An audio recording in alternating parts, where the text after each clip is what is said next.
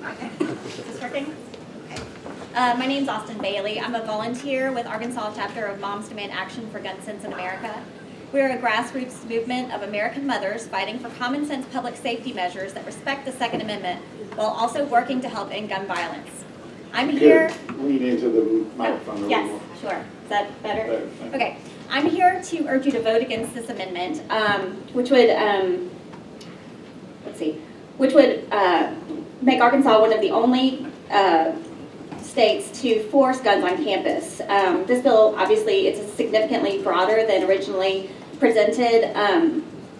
Students, faculty, visitors, and anyone with a permit can carry a hidden loaded handgun on campus with no exemptions for sensitive areas.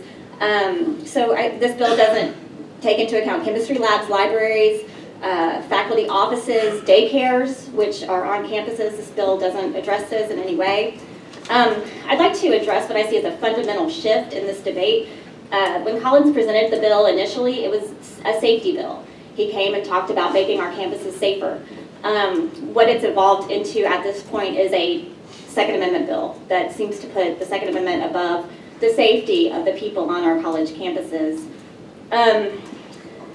Putting guns into the hands of untrained people, be they professors, students, or just visitors to campus, is a dangerous measure that my group opposes.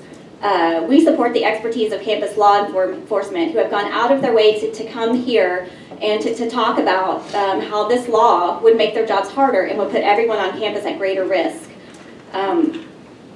We choose facts over fear, and we look to the research that tells us that putting guns on college campuses does not actually have any deterrent effect for mass shootings, doesn't cut down the number of injuries and casualties if such shooting does occur.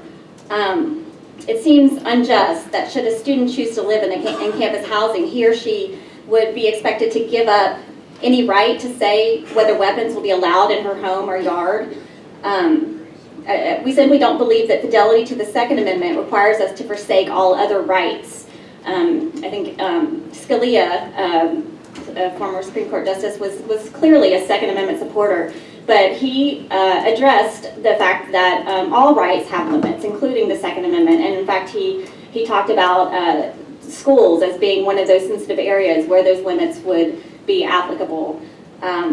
I think it's unjust that should a professor choose to work at a public college rather than a private one, he or she gives up the right to determine whether his office is gun-free. I think that by choosing the Second Amendment over all other rights, I think we're really trampling on other people's rights, and I'm concerned that safety is no longer the priority that we're talking about here.